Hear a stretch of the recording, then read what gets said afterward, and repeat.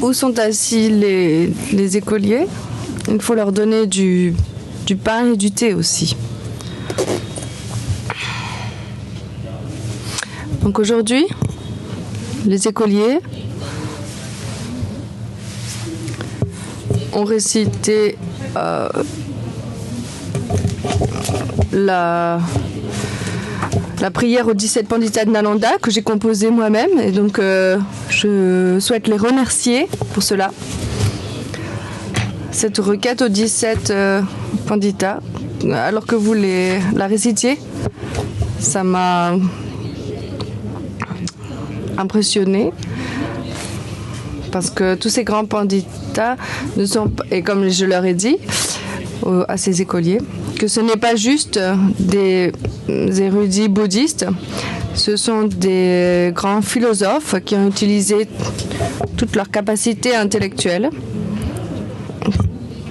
qui ont utilisé le raisonnement logique pour postuler un chemin spirituel. Et je le dis d'habitude, quand je donne des représentations, des peintures des 17 Panditas, je dis ces Panditas sont des grands érudits, des grands scientifiques, les professeurs de l'université de Nalanda. Je pense que des millions et des millions de personnes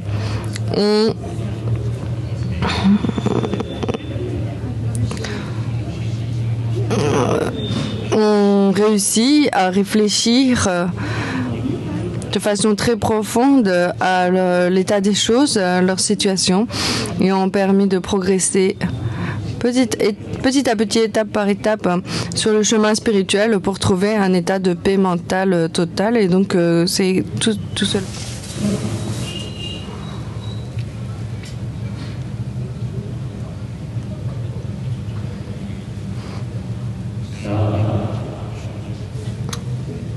Donc maintenant,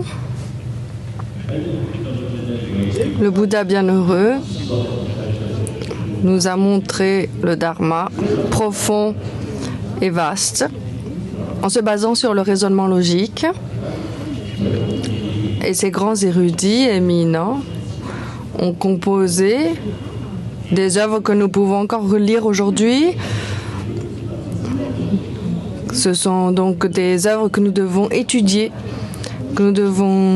auxquelles nous devons réfléchir. Et au sujet desquels nous devons discuter ou expliquer à d'autres, si le moment est opportun. Et donc ces grands érudits éminents, il faut se souvenir d'eux avec gratitude. Et c'est avec une grande gratitude au cœur envers tous ces érudits que nous sommes réunis aujourd'hui ici pour ces enseignements. Je pense qu'aujourd'hui, il y a des personnes qui s'en vont et d'autres personnes vont s'en aller demain et après-demain. Et donc, vous qui vous en allez bientôt, pour vous, comme je l'ai dit hier, je pense qu'il est bon de réciter la prise de vœux de Bodhisattva aujourd'hui. Le Bouddha bienheureux et sa doctrine sont distincts des autres doctrines, des autres religions, mais nous sommes égaux en termes des conseils, en termes de compassion, de bienveillance. Mais quand on parle du Bouddha Gautama dans le monde, tout le monde pense à quelqu'un qui a propagé l'idée de non-violence dans le monde. Et donc la non-violence, c'est quelque chose qui n'est pas mis en pratique simplement sur la base des conseils du Bouddha, mais aussi en se basant sur la logique, en se basant sur sa pertinence, sur sa nécessité dans le monde, en voyant que les raisons pour lesquelles il faut pratiquer ainsi. Et parmi tous les disciples du Bouddha, Shantideva est absolument incomparable en ce qui concerne ses explications de l'altruisme et de comment détruire l'autochérissement et comment développer le chérissement d'autrui par de nombreux biais différents. Il est grâce à ces textes, l'auto-chérissement devient complètement silencieux, il n'a plus rien à dire.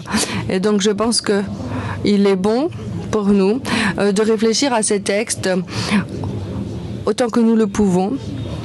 Et donc aujourd'hui, nous allons suivre leurs pas et prendre les vœux de Bodhisattva. Évidemment, pour prendre le vœu de Bodhisattva, il y a différents rituels, différents versets que l'on peut réciter.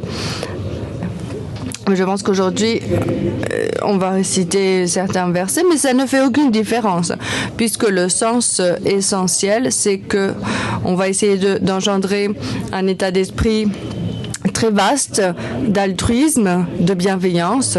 Et nous, d'habitude, quand on prend les vœux de Bodhisattva, quand on engendre Bodhicitta, on visualise le champ de mérite. Et donc aujourd'hui, nous sommes dans un lieu très saint de Bodh Gaya, ce lieu suprême. Et donc, nous allons engendrer l'esprit d'éveil, la bodhicitta. Pour ce faire, nous allons tout d'abord, au préalable, visualiser le champ de mérite qui est composé du grand Bouddha Shakyamuni au centre. On peut dire qu'il est un orateur suprême.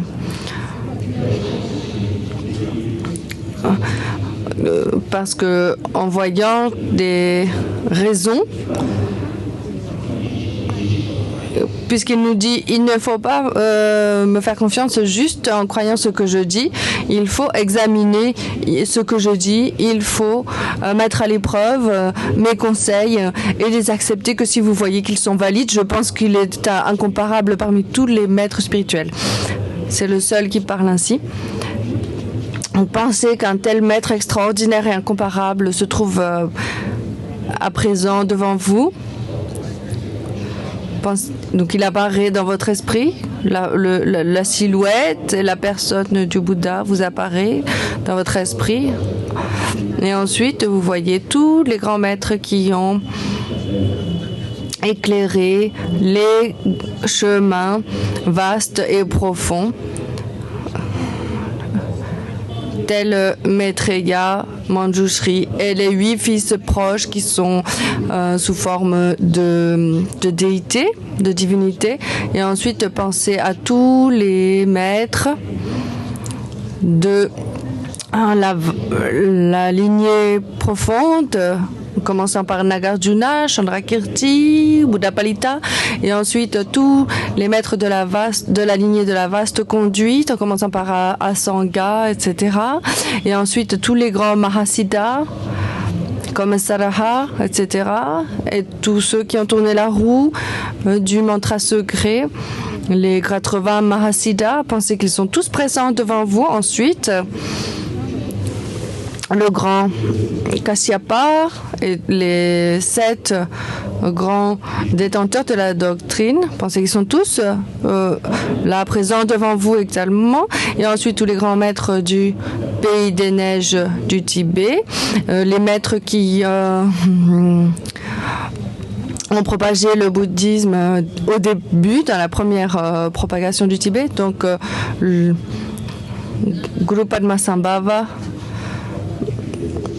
et le grand roi du Dharma et tous ces grands maîtres de la première propagation. Et ensuite, les autres maîtres de les nouvelles traditions, la deuxième propagation de Marpa, etc. Les grands maîtres Kagyupa, tous les grands maîtres Kagyupa. Ensuite, pensez que les grands maîtres de la tradition glorieuse de Sakya, du chemin résultant,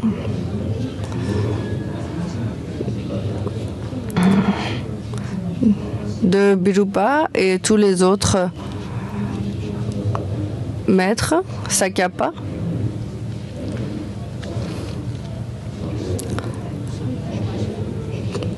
qui ont enseigné et pratiqué le chemin résultant.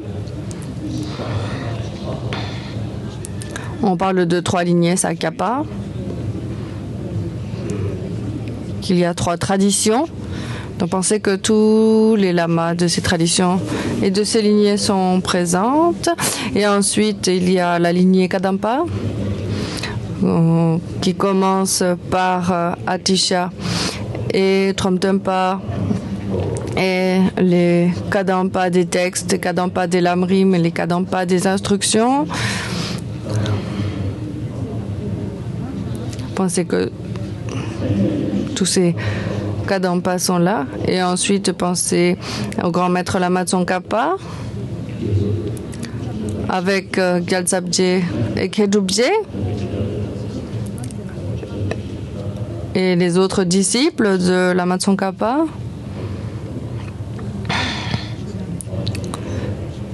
Visualisez-les tous devant vous. Pensez qu'ils sont vraiment là présents. Et pensez aux différentes lignées de Gelugpa, de Sherab Sengye, etc. Et de la lignée qui vient de Ensapa. Et pensez au maître de la lignée de Sherab Sengye, la lignée centrale. On parle de 3 lignées, Gelugpa. C'est Wenshun.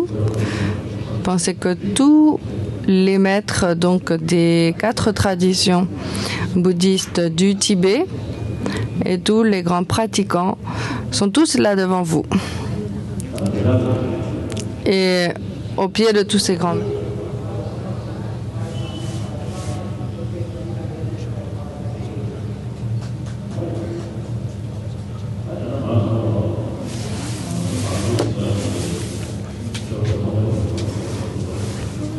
Donc nous allons réciter les versets ensemble.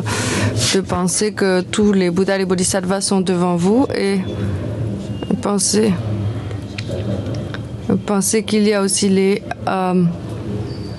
8 fils proches, c'est-à-dire les grands Bodhisattvas, et pensez qu'avec les 8 fils proches, il y a Tara blanche et Tara verte, parce qu'après je vais donner les récitations des mantras de Tara. Donc maintenant on va faire la prière en 7 branches qui est constituée de prosternation, des offrandes, de la confession, de la réjouissance, des requêtes et des supplications et de la dédicace. Ça, on appelle cela la prière en 7 branches. On peut réciter tous ensemble. Jésus yerang konchi sawai kewa chunche tagi chi sarpa sope chanju chengo. Je rends hommage, je fais des offrandes, je confesse mes négativités, je me réjouis des vertus. Je vous prie de donner des enseignements, de tourner la roue du Dharma et de demeurer jusqu'à la fin du samsara. Et je dédie tous les mérites à l'éveil suprême. Donc maintenant, engendrer l'esprit d'éveil, ce que l'on appelle engendrer l'esprit d'éveil, est expliqué dans le Bodhisattva Charyavatara de façon très concise, très pertinente en disant si on n'échange pas sa souffrance et la souffrance des autres avec son propre bonheur, on n'obtiendra jamais l'éveil et même dans cette vie, on ne sera jamais heureux. Dans notre monde, sur notre planète, comme je vous l'ai dit hier et avant-hier, 7 milliards d'êtres humains veulent être heureux, ne veulent pas souffrir, mais toutes leurs souffrances sont fabriquées par eux-mêmes, par les êtres humains. Pourquoi? La raison, la source de tout cela, c'est l'autochérisme. C'est pourquoi Shantideva dit, non seulement avec l'autochérissement, on n'obtient pas l'éveil, mais on n'est jamais heureux dans le monde. Les actions non vertueuses, c'est-à-dire de nuire à autrui, nous poussent à renaître dans des destinées inférieures. Et si on accomplit des actions méritoires, c'est-à-dire qui sont bénéfiques à autrui, on renaît en tant qu'être humain ou que Dieu. Et il y a aussi du karma immuable qui fait renaître dans des états de concentration élevés. Quoi qu'il en soit, avec le karma, on renaît dans le samsara, encore et encore. Et ce qui crée tous les problèmes, ce qui crée toute notre souffrance, c'est l'auto-chérissement. Comme le dit le maître Shantideva dans le Bodhisattva Charvatara, l'entrée dans la conduite des bodhisattvas. Tous les bonheurs de ce monde viennent de l'altruisme. Toutes les souffrances du monde viennent de l'égocentrisme. Ce n'est pas la peine de donner de longues explications. Regardez la différence entre nous-mêmes et les Bouddhas. Dans notre planète, regardez l'histoire des personnes comme Mahatma Gandhi et les autres êtres saints qui sont respectés par tout le monde. Dès qu'on entend leur nom, on est empli d'admiration. Pourquoi? C'est parce que c'est des personnes qui ont servi la société, qui ont été très bénéfiques aux autres, qui ont agi toujours avec altruisme dans leur vie.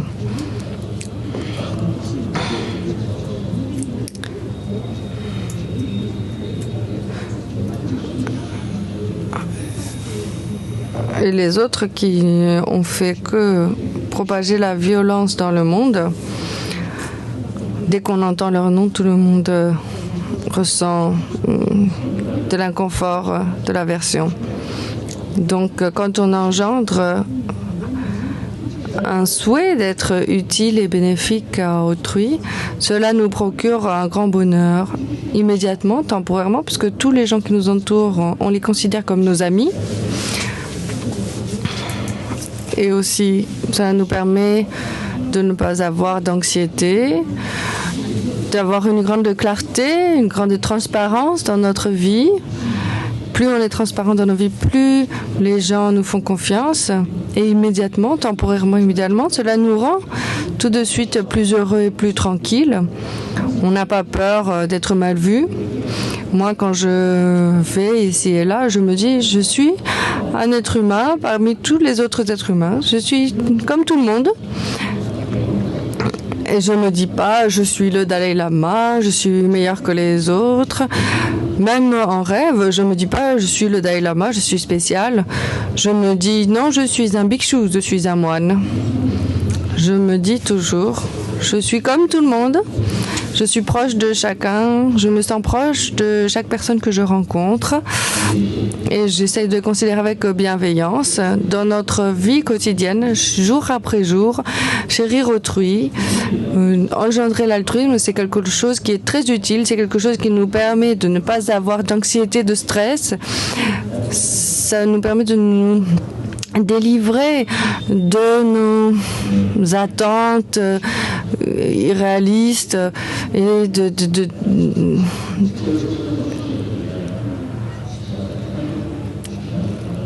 de nos superstitions. Si on vit notre vie en pensant « je vais être utile aux autres, je ne vais jamais faire de mal aux autres », petit à petit, on peut obtenir des meilleures renaissances et ultimement obtenir l'état d'éveil, l'état d'omniscience d'un Bouddha.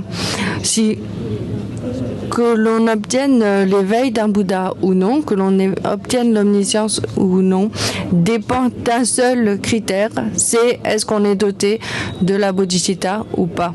Si, quoi que l'on fasse, si on est dénué, dépourvu de l'esprit d'éveil, on n'obtiendra jamais l'éveil, mais si on est doté de l'esprit d'éveil, alors on s'approchera de plus en plus de l'omniscience. C'est l'esprit d'éveil seul qui est la cause principale de l'éveil. Chaque jour, l'esprit d'éveil nous permet d'être utile et bénéfique à autrui et cela nous est très bénéfique à nous-mêmes également, nous permet de trouver le bonheur. Un verset du Bodhisattva Charvatara. Quand on chevauche le destrier de la bodhicitta, tous nos états d'esprit tristes et accablés sont complètement mis de côté et on chevauche l'esprit de bodhicitta pour aller de bonheur en bonheur en bonheur. Qui, connaissant un tel esprit, se découragerait? Qui se découragerait allant de bonheur en bonheur grâce à l'esprit d'éveil? Grâce à le grand courage que nous procure l'esprit d'éveil, on peut dire avec grand courage jusqu'à ce que tant que demeure l'espace, tant que demeure la souffrance des êtres, je demeurerai pour les servir et les aider à se libérer de leur souffrance. Quand on se dit je vais obtenir l'éveil en 3 ans en faisant une retraite de 3 ans, c'est l'auto-chérissement qui nous fait penser ainsi. Mais l'esprit d'éveil, si on est intelligent, si on veut trouver le bonheur avec intelligence, alors on utilise l'auto-chérissement. Si on est stupide et on continue à être stupide, on n'utilise pas notre intelligence, on va continuer à suivre ce que nous dit l'auto-chérissement. Et on ne pensera qu'à soi-même. Le Bodhisattva Charvatara dit également tous les Bouddhas ont réfléchi dans des incommensurables airs cosmiques et on conclut que l'état d'esprit qui est le plus bénéfique à tous, c'est la bodhicitta. Quel est le meilleur état d'esprit? Quel est l'état d'esprit le plus suprême qui permet de trouver le bonheur, qui ne fournit que du bonheur et du bien-être?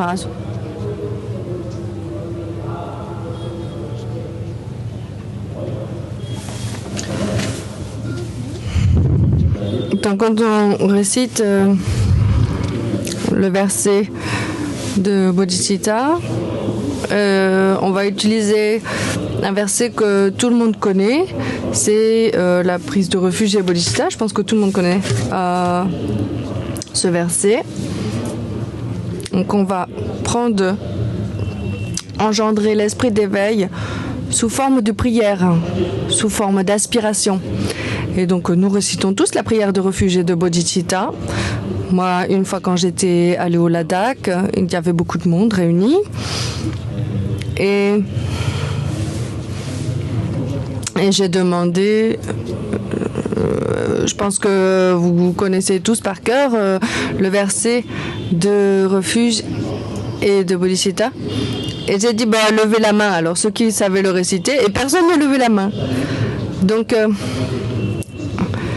nous allons engendrer Bodhicitta en récitant ce verset, en disant « Je prends refuge jusqu'à l'éveil en le Bouddha, le Dharma et la Sangha ». Quand on dit ces mots, on prend refuge. Il s'agit de verser des lignes de refuge. Quand on parle du Bouddha, du Dharma et de la Sangha, en général, on parle des refuges des 3 véhicules, mais ici, je prends refuge jusqu'à ce que j'obtienne l'éveil. Donc, ces mots nous montrent que il s'agit ici de prendre refuge dans le contexte du grand véhicule, et donc le Bouddha, l'omniscient. On prend refuge dans le Dharma du Mahayana, c'est-à-dire la vérité du chemin et de la cessation du grand véhicule, et dans la Sangha du grand véhicule, les Bodhisattvas. On dit ici, je prends refuge dans les 3 joyaux jusqu'à ce que j'obtienne l'éveil d'un Bouddha, moi-même.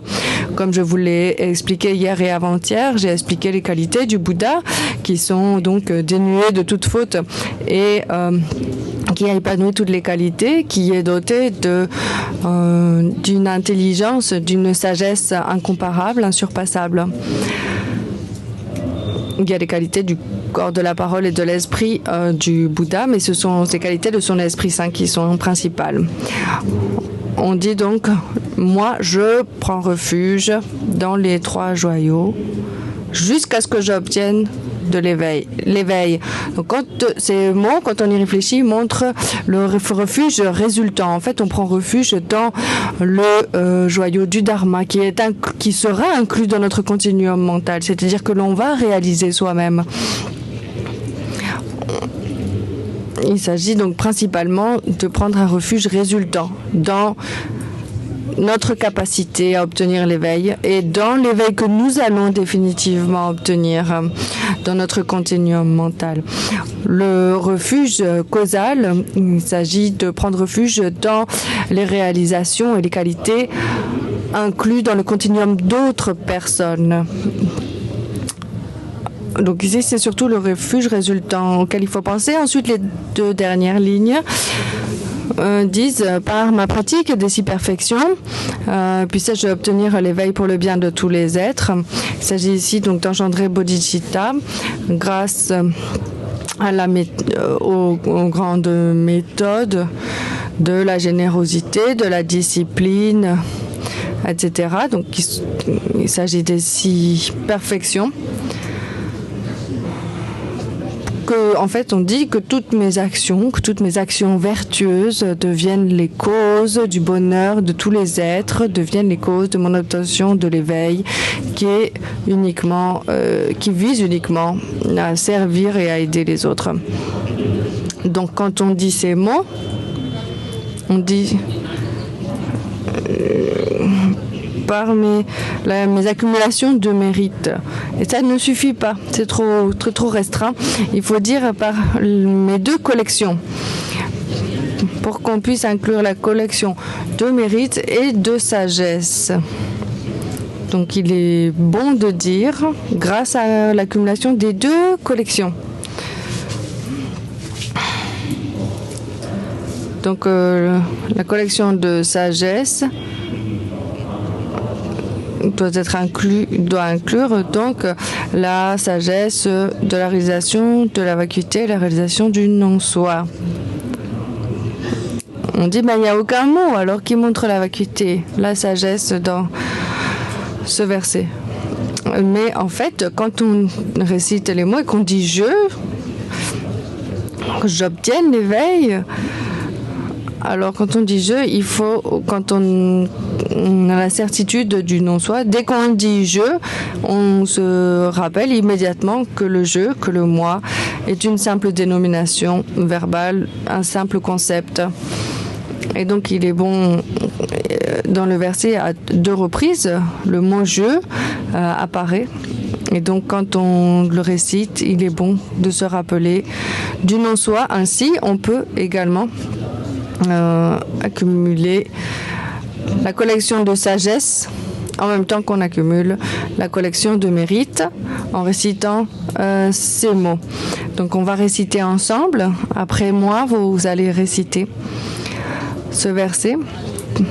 Tout d'abord, on prend refuge dans les trois joyaux et pensez, puissais-je obtenir l'éveil pour le bien des êtres, je vais obtenir l'éveil pour le bien de tous les êtres, quelle que soit la vertu que j'accumule, que ce soit une vertu physique, verbale ou mentale, aussi infime qu'elle soit, je la dédie pour que je sois à même d'aider tous les êtres, pour que je puisse obtenir l'éveil.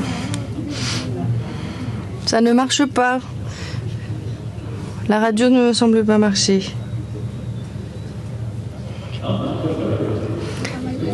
Mais la plupart d'entre vous, vous êtes tibétains. Alors je pense que ça suffit, c'est pas grave. La majorité du public est tibétain. Alors on n'a qu'à dire que ça va. On va réciter le refuge et le vers de Bodhicitta. Si vous avez mal aux jambes, c'est pas grave, vous avez une exception, vous avez droit à une permission. Mais pour les autres, tout le monde doit se mettre à genoux pour engendrer la bodhicitta sous forme d'aspiration.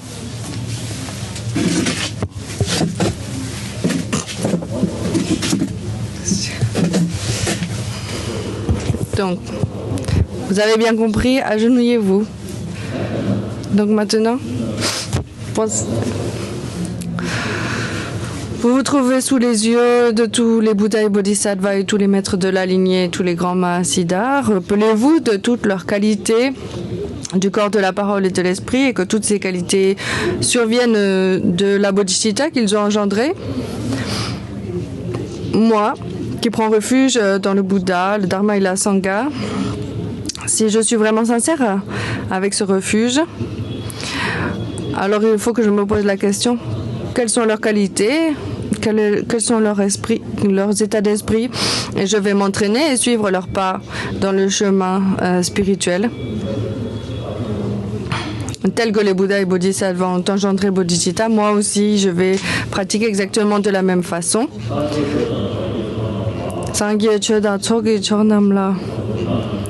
전주버드 단위 값수치 다게 진서 기베 천남기 chola benje sangye chobarsho.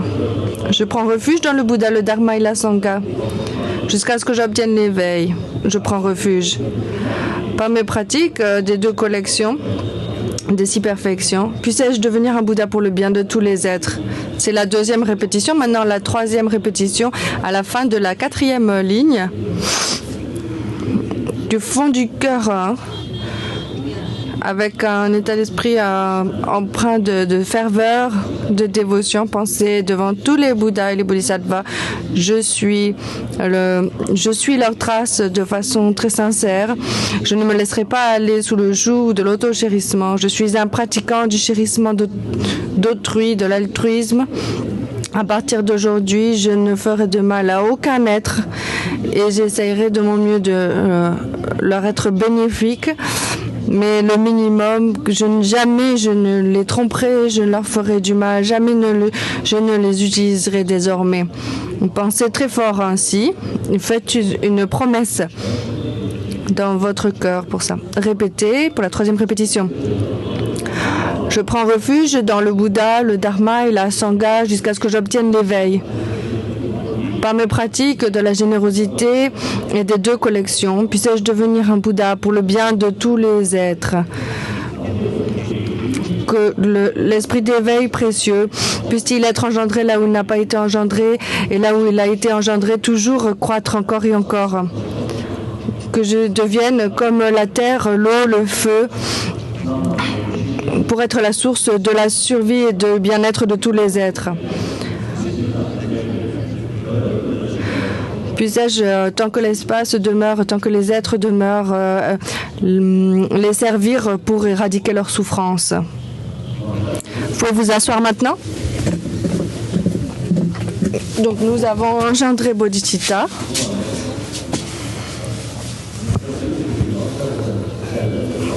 Donc nous avons visualisé tous les Bouddhas et les Bodhisattvas et tous les grands êtres saints devant nous.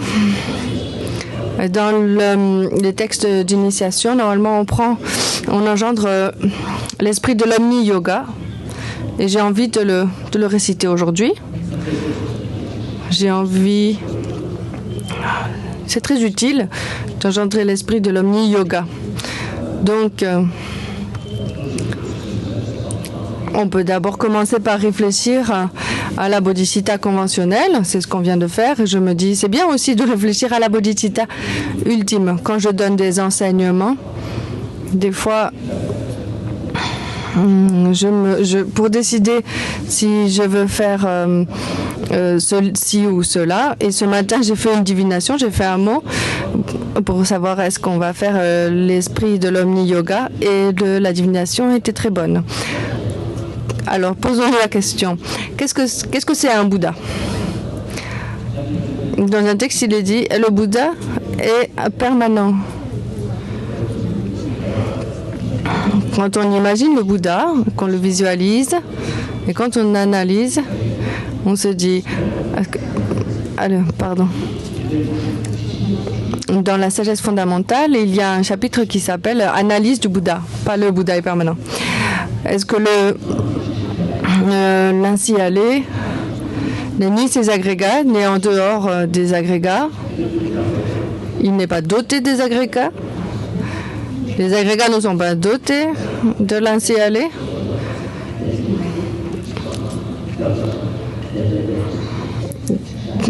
On ne peut pas postuler qui possède quoi, ni que l'ainsi allé possède les agrégats, ni que les agrégats possèdent l'ainsi allé, ni qu'il est en dehors des agrégats, ni qu'il est égal aux agrégats. Donc on ne trouve pas le Bouddha en dehors des agrégats non plus. Donc ce Bouddha qui est si précieux, où se trouve-t-il? Comment est-il? On ne peut pas le trouver, n'est-ce pas? Dans la sagesse fondamentale, il est dit également, si on cherche le Bouddha sur la base d'imputation, on ne peut pas le trouver. Et les êtres vivants également, on ne peut les trouver si on les recherche sur leur base d'imputation. Donc maintenant, Maintenant, on a réfléchi à l'autre objet de refuge. Maintenant, réfléchissez à vous-même. Ce que j'appelle, moi, ni les agrégats, ni en dehors des agrégats. Il ne possède pas les agrégats ne le possèdent pas. Existe-t-il en dehors des agrégats? Alors, comment existe-t-il? Donc, moi, je me dis, bon, je suis un pratiquant bouddhiste. Où est ce pratiquant bouddhiste? Est-ce qu'il est cet esprit? Est-ce qu'il est ce corps? Est-ce qu'il est la parole? Il est ni l'un, aucun des trois. Pourtant, on dit mon corps, mon esprit, ma parole. Mais si on cherche, quel est ce moi qui possède le corps? Le jeu n'est ni les agrégats, ni en dehors des agrégats. Le jeu ne possède pas les agrégats. Les agrégats ne possèdent pas le jeu.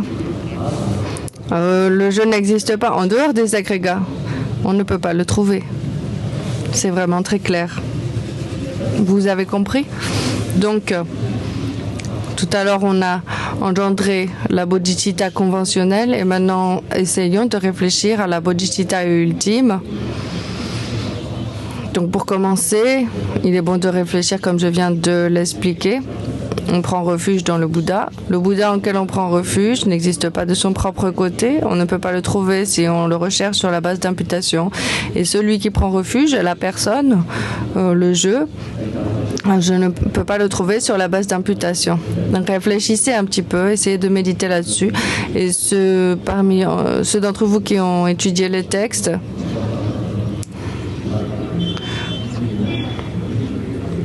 vous savez que quand on ne peut pas trouver la personne sur la base d'imputation, on ne peut donc nier que la personne doit forcément exister par dénomination, par simple dénomination. Que la personne n'existe absolument pas telle qu'elle nous apparaît. Et c'est d'engendrer en vous une conviction absolument déterminée.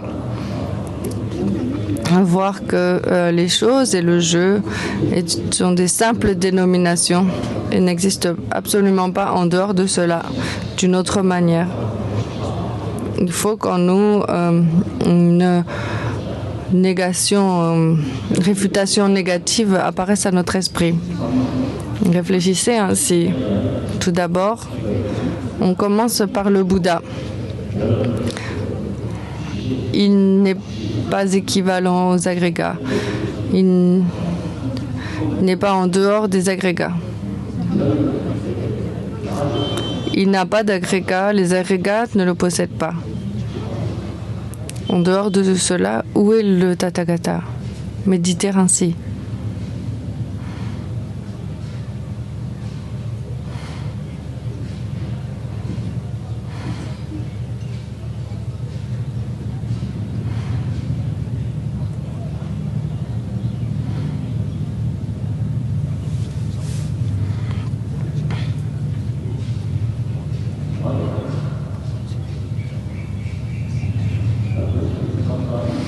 Quand on réfléchit ainsi, quand on cherche l'objet d'imputation, il est bon d'avoir la simple réfutation, la simple négation, la simple absence de cet objet que l'on recherche. Il y a cette ode du grand maître Kelsang Gyatso, cette ode à la vue. Il parle de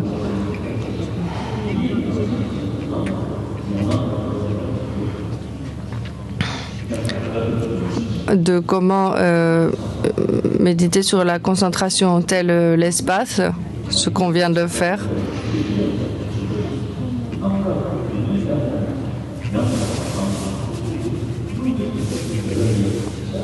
Et ensuite, il est dit, je trouve la conviction de l'interdépendance dans l'indivisibilité des apparences et de la vacuité.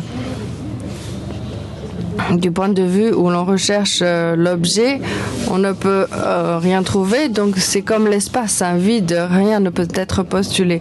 Et quand les choses ensuite nous apparaissent, on se dit ah, les choses apparaissent comme ci et comme ça, mais en fait elles n'existent absolument pas telles qu'elles m'apparaissent, et donc on les comprend comme étant totalement illusoires. Moi je parle toujours de la vacuité. Moi j'apprécie beaucoup la vacuité, je m'y intéresse beaucoup. Et même quand j'ai un peu de fierté, je me dis ah, je suis le disciple de Nagarjuna. Essayez de réfléchir un peu à la vacuité de cette façon. Et maintenant, pensez à ce que nous dit Maitreya à la Tathagata Garbha dans l'Uttar Tantra, le continuum sublime.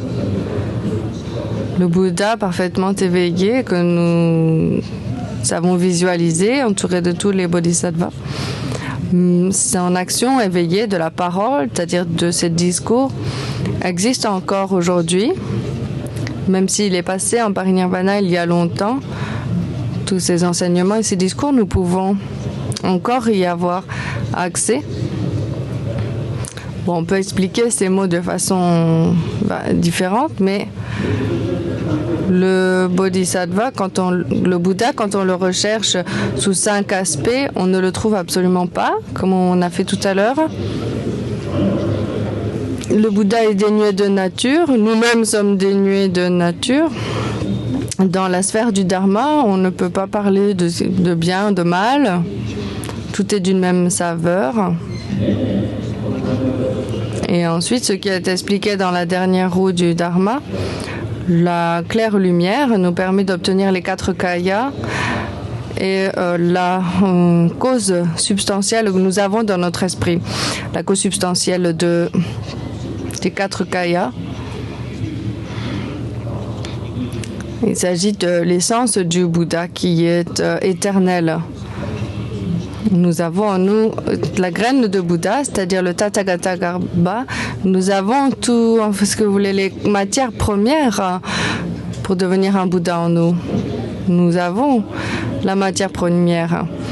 Donc, il faut utiliser ce potentiel. Quand le potentiel de cette matière première que nous avons est totalement actualisé, totalement épanoui, on devient un Bouddha. Maintenant, cet esprit que nous avons, de la capacité de réfléchir les objets, nous l'avons déjà, elle ne doit pas être établie nouvellement, mais elle est voilée, elle est obscurcie. Elle est obscurcie par les voiles temporaires.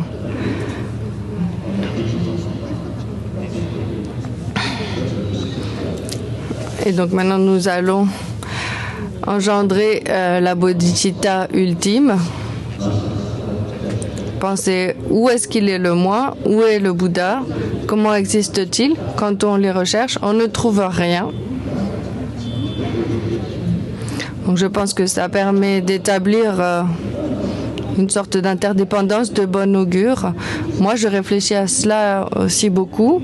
Évidemment, je dois réciter beaucoup de sadhana, de déité, yoga de la déité, mais vraiment le fondement et ce à quoi je m'exerce avec le plus d'efforts, c'est l'esprit d'éveil, les 2 esprits d'éveil, puisque l'esprit d'éveil permet de contrecarrer véritablement l'autochérissement.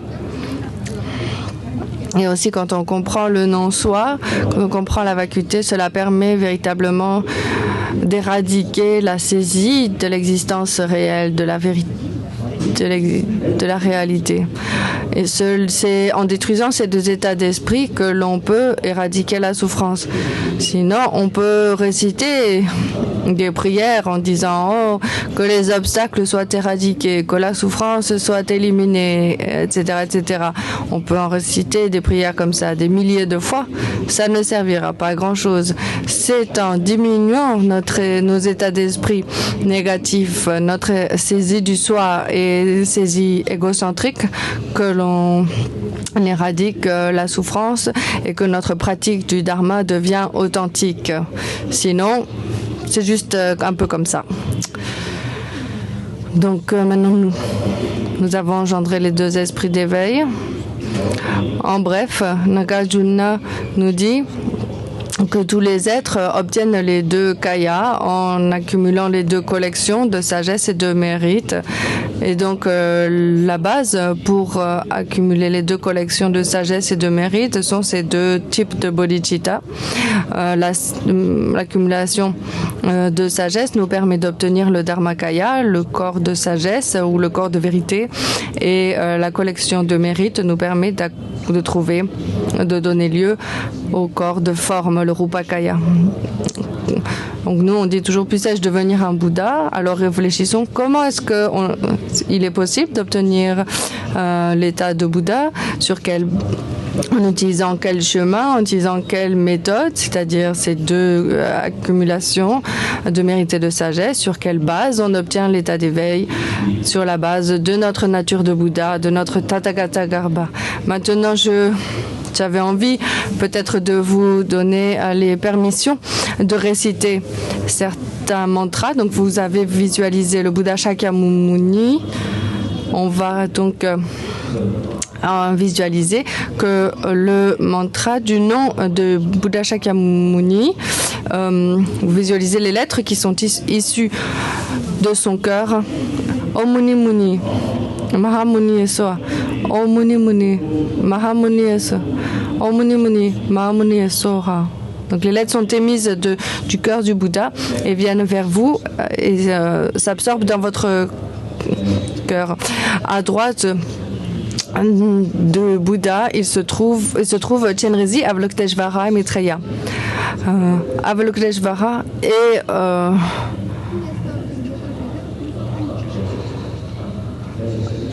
représente la compassion et la bonté du Bouddha.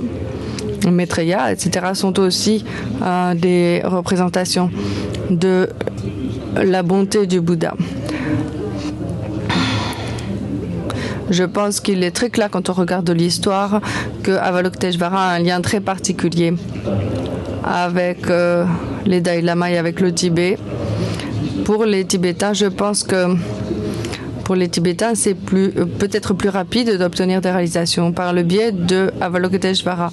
Et je pense que d'ailleurs, les Tibétains ont en général une tendance à avoir un bon cœur, plus de compassion.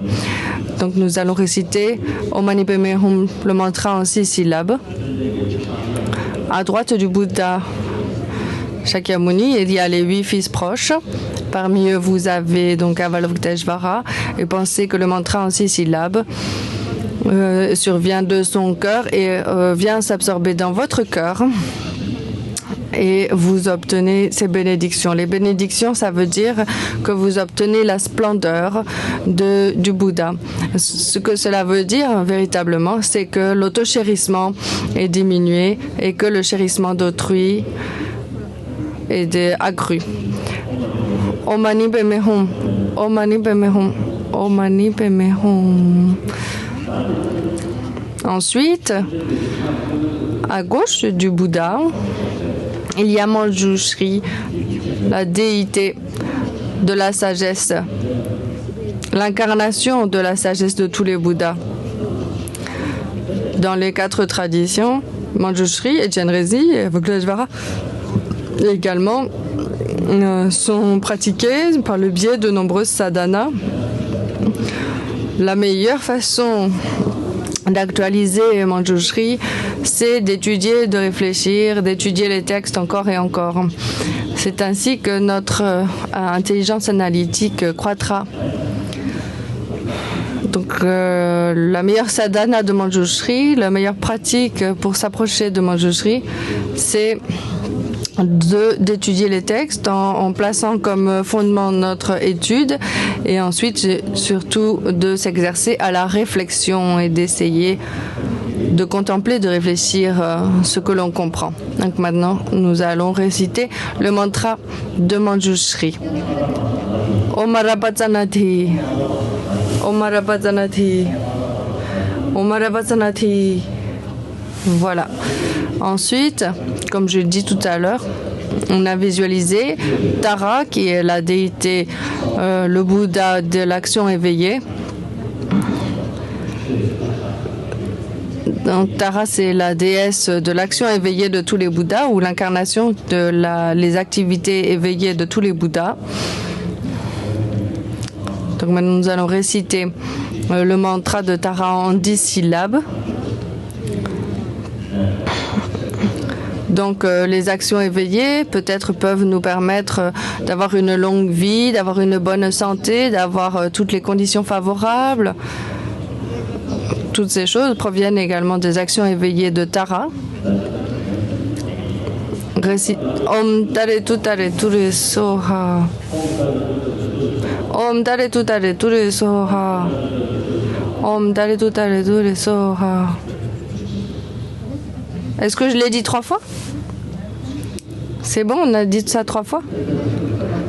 Vous n'avez pas l'air sûr. Donc c'est bon, on a récité 3 fois. Et ensuite,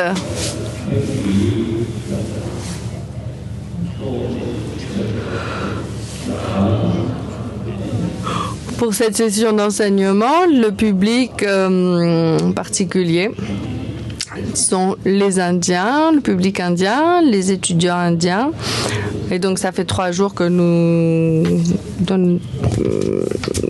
écoutons les enseignements sur les sutras. Et donc, nous allons continuer avec le texte, le sutra de la pousse de riz, là où nous l'avons laissé hier. C'est-à-dire, quelle est l'ignorance? C'est ce qui pousse à considérer ces 6 éléments comme étant une chose unique, à les considérer comme un tout. Donc en Inde, la tradition indienne et les philosophies indiennes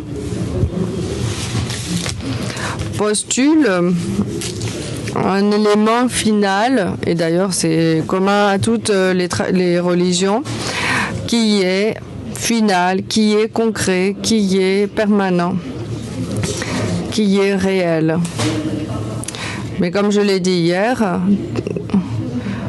les choses dépendent uniquement d'une imputation pour exister. Pourtant, il semble que la plupart des philosophies et des traditions spirituelles pensent qu'il faut qu'il y ait quelque chose de l'autre côté. Il faut qu'il y ait quelque chose là-bas qui soit concret, qui existe de son propre côté, pour qu'on puisse postuler l'existence.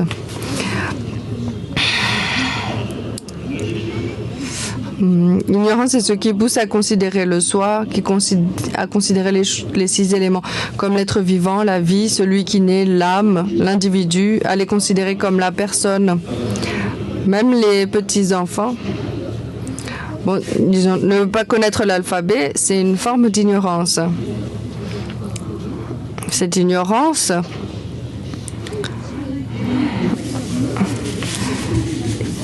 il y a une autre ignorance qui est une mauvaise interprétation, une erreur dans notre compréhension.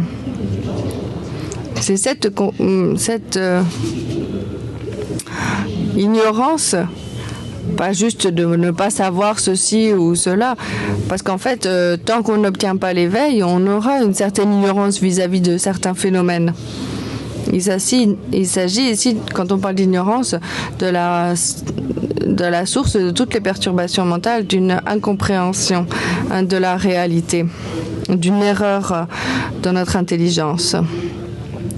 En effet, ces méprises sont appelées ignorance. Ainsi, à cause de l'existence de l'ignorance, les objets sont appréhendés avec attachement, aversion et abrutissement. De ce fait, on appelle le facteur de conglomération issu de l'ignorance l'attachement. Donc, à cause de l'ignorance, il y a les exagérations conceptuelles, comme je l'ai dit déjà en me basant sur les explications de la sagesse fondamentale, qui sont très pertinentes. Cette explication, je ne l'ai pas vue clairement dans les lames, les textes des étapes de la voie, dans les lames rimes. Le fait que c'est les exagérations conceptuelles qui nourrissent les perturbations mentales telles l'attachement et l'aversion. Et quand on regarde dans notre propre expérience, c'est quelque chose que l'on peut voir clairement. Et les scientifiques également sont d'accord avec cela et l'ont constaté également dans leur propre expérience. Donc il y a l'ignorance.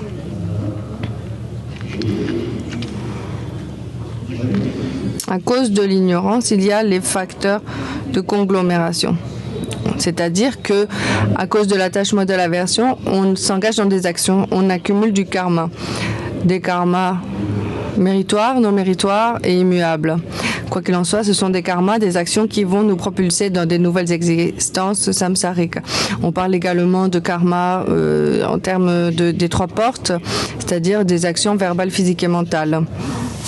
Le karma, quand l'action est en train d'être accomplie, à un moment, l'action se termine et cela pose une empreinte dans notre continuum mental. Les érudits indiens ont analysé cela en détail. Donc, saisir ces philosophes qui saisissent une existence réelle,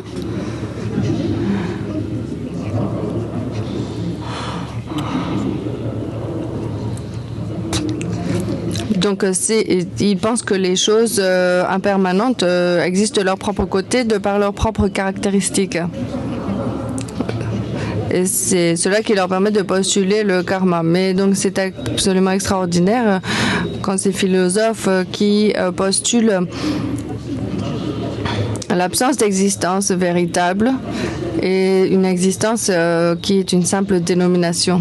Ils peuvent postuler le fonctionnement du karma.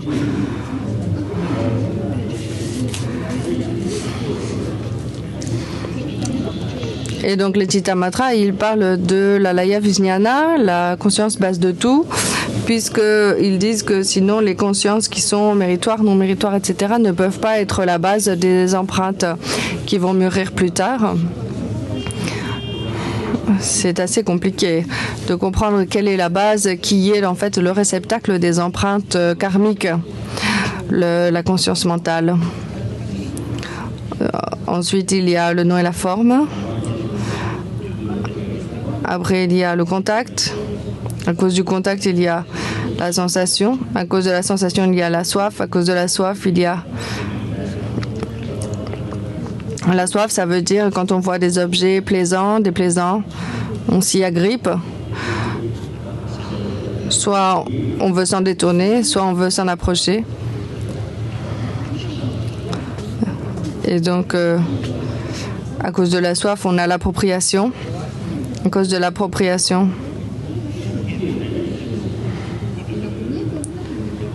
et on renaît.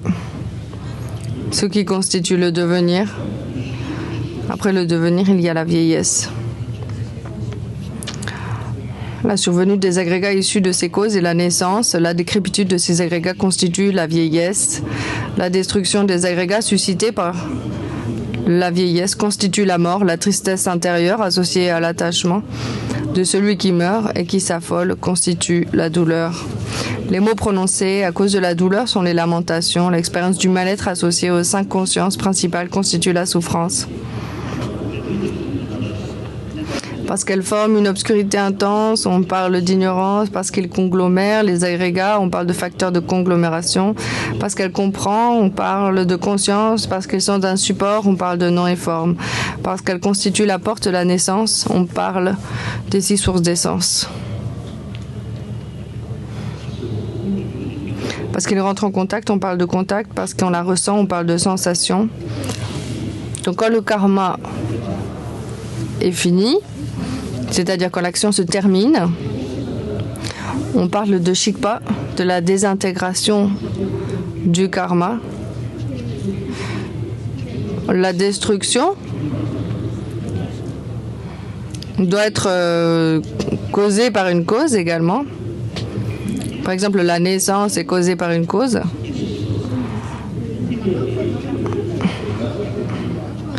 Donc on dit être produit est causé par une cause, mais la naissance, être en train de naître, est-ce que c'est causé par une cause ou pas?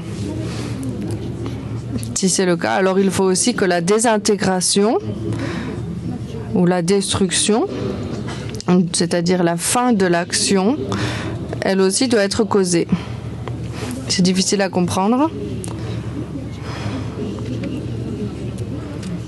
Parce qu'ils se détruisent, on parle de mort. Parce qu'elles tourmentent, on parle de douleur. Parce qu'on se lamente verbalement, on parle de lamentation. Parce qu'elles supplicient le corps, on parle de souffrance. Parce qu'elles supplicient l'esprit, on parle de désespoir.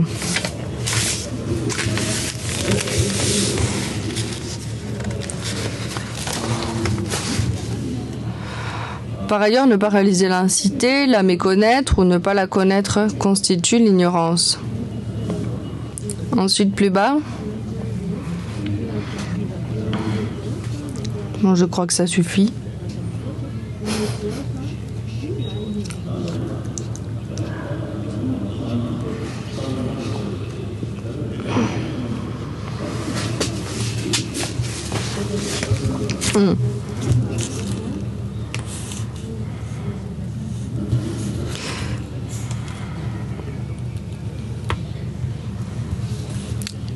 L'ignorance, la soif, le karma et la conscience. La conscience agit en tant que cause parce qu'elle a la nature d'une graine. Le karma agit en tant que cause parce qu'il a la nature d'un champ. Je crois que ça suffit. En fait, ce sutra de la pousse de riz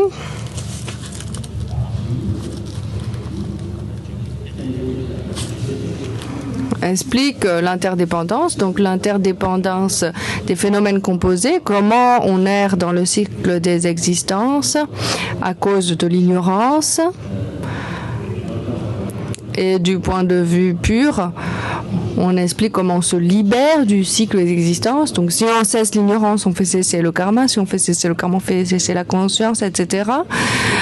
Et donc c'est en appliquant l'antidote à l'ignorance que l'on peut se libérer du cycle des existences. Et en comprenant cela, on a une grande conviction de la possibilité de se libérer du samsara, du cycle des existences. Je crois que ça suffit.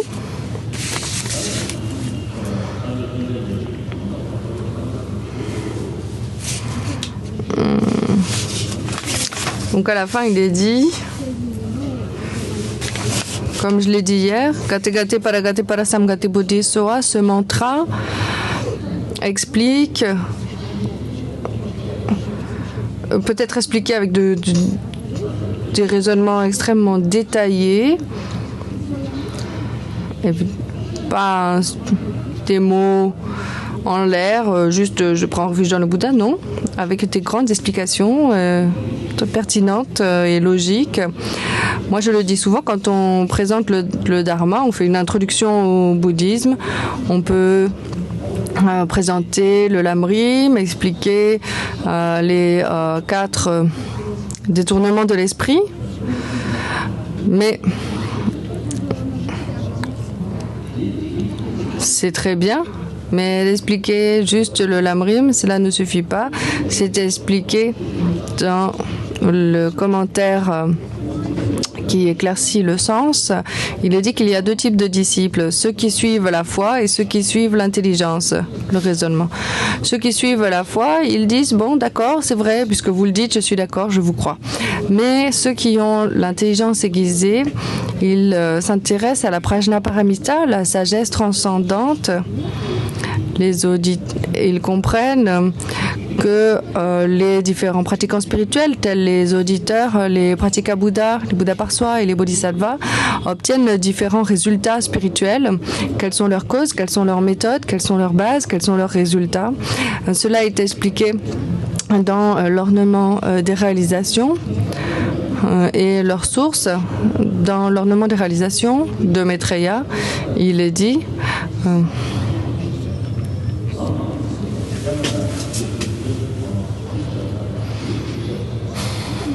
Il est dit, donc Maitreya nous dit, la base du chemin, c'est la bodhicitta, et ensuite il faut mettre en pratique les instructions. Ce mot instruction nous explique que tout d'abord, il faut comprendre l'accomplissement sur la base des deux vérités. Tout d'abord, il y a l'instruction des deux vérités. Comme c'est expliqué ici dans ce sutra, l'interdépendance, la survenue en dépendance et relations s'explique en termes de cause et de résultats à un niveau sur lequel on comprend les quatre nobles vérités. Dans les quatre nobles vérités, il y a la vérité de la cessation. La vérité de la cessation doit être comprise également sur le deuxième niveau, le niveau plus profond de l'interdépendance, d'exister en dépendance d'une imputation nominale. Donc c'est ce que nous dit Maitreya ici quand il parle de l'instruction des deux vérités. Les deux vérités nous expliquent comment les choses n'existent pas telles qu'elles nous apparaissent. Il y a deux niveaux, le niveau des apparences et le niveau de mode d'existence ultime. Et ensuite, il y a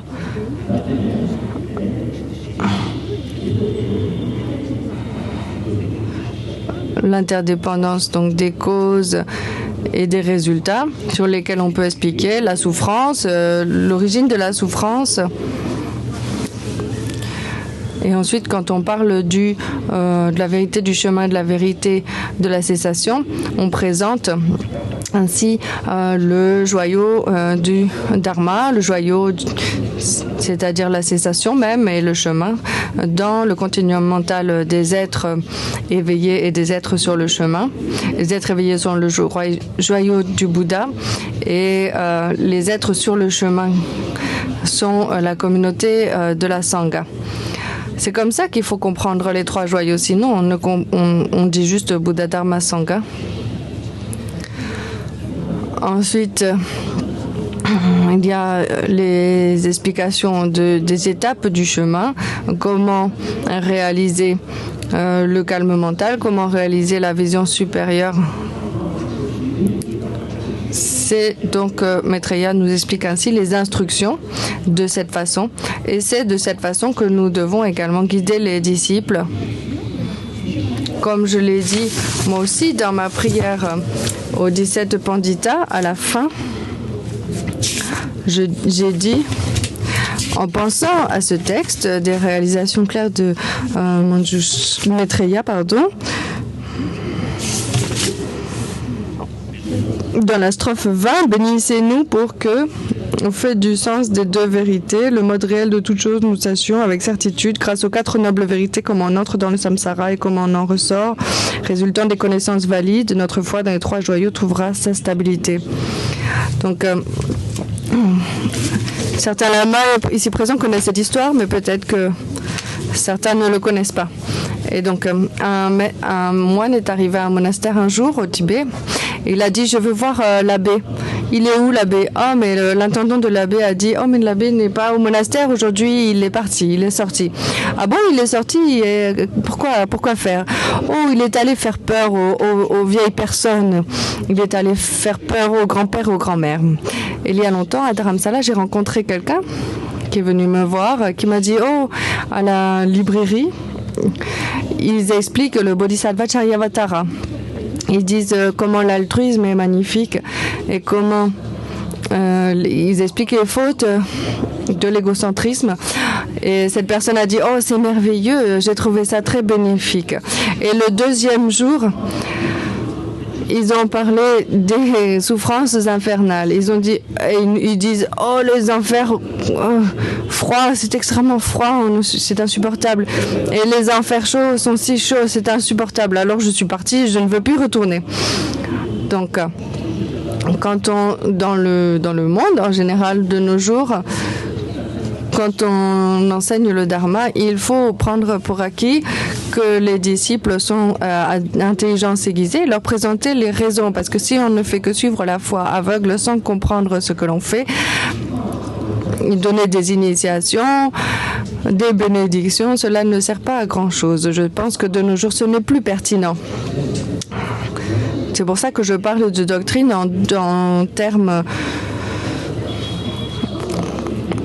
en termes de ce qui s'applique aux individus, aux pratiquants individuels, et de la doctrine en général qui s'applique à tous de façon générale. Et je dis, moi c'est mon point de vue, que cette terminologie en fait s'applique également au tantra. Pour moi, le tantra, c'est une doctrine qui s'applique aux pratiquants de façon individuelle. Et les 4 nobles vérités et les textes Pali, etc., constituent la doctrine générale. Et je dis, de nos jours, il est très important quand on présente et quand on explique le dharma et le bouddhisme, de présenter la doctrine générale qui s'applique à tous. Et si on veut expliquer d'autres choses, il faut faire très attention aux capacités des disciples et pour donner la doctrine des instructions qui appartiennent à la doctrine des individus, des pratiquants individuels. Si on ne fait pas ainsi, alors on risque de pousser les gens à avoir des vues fausses. Donc aujourd'hui, nous sommes tous réunis ici dans ce lieu très saint. Nous avons parlé des grands panditas et nous avons parlé du dharma afin de raviver, de restaurer cette grande tradition ancestrale de l'Inde. Et ces 3 jours d'enseignement font. Merci. Est-ce qu'il n'y a pas d'autres interprètes? L'interprète en hindi a offert la kata. Dédicace. 수달로시게와 데다 탐제랍동오 주섬셰베게와 탐셰게고와 건라 초동아와 데다기게 회사와디게 양상 보주제랍동오와기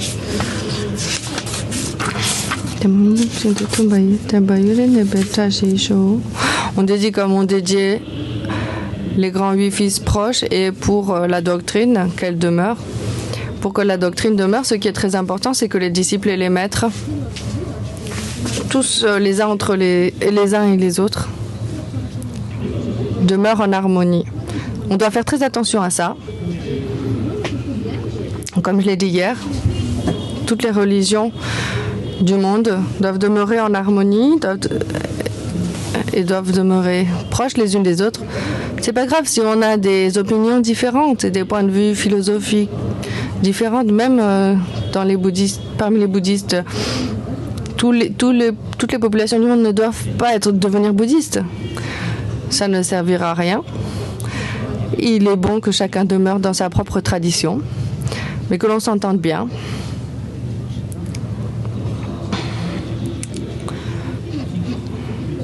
Que l'on se respecte du fond du cœur de façon très sincère. Et particulièrement, nous, en tant que bouddhistes, à l'intérieur des différentes traditions bouddhistes, qu'on ne fasse pas des distinctions entre l'Hinayana, le Mahayana, et parmi les différentes traditions, même à l'intérieur des traditions tibétaines, de faire des distinctions, les Kagyu, les Sakya, ça ne sert à rien du tout. C'est d'avoir un tout petit cerveau que de penser comme ça. On ne voit que ce qui est sous notre nez. Donc, il faut avoir un esprit vaste, pratiquer l'harmonie entre toutes les différentes traditions.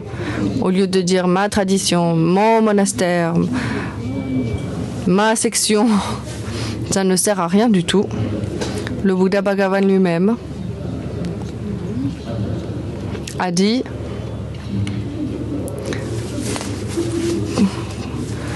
qu'il faut absolument que la Sangha demeure en harmonie, tous les membres de la Sangha. Et parfois, nous, dans les peuples himalayens, il y a des problèmes entre les différentes traditions spirituelles. Il faut que vous fassiez attention, que vous preniez garde. Au Tibet aussi, entre la région centrale et au Kham, en Amdo, etc.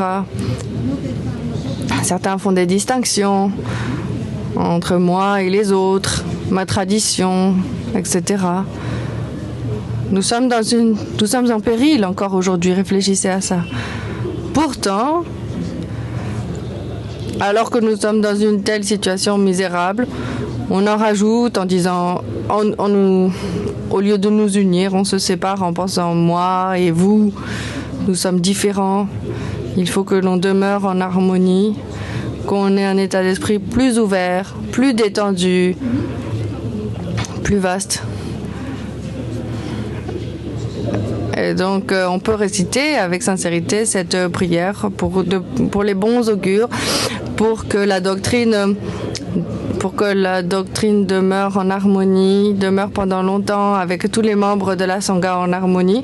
Si vous n'êtes pas en harmonie les uns avec les autres, alors en fait, vous êtes presque sur le point de dire « Oh, ben, qu'il y ait des mauvais augures pour la doctrine. » C'est ce que vous faites. Alors, il faut faire le contraire et demeurer en harmonie.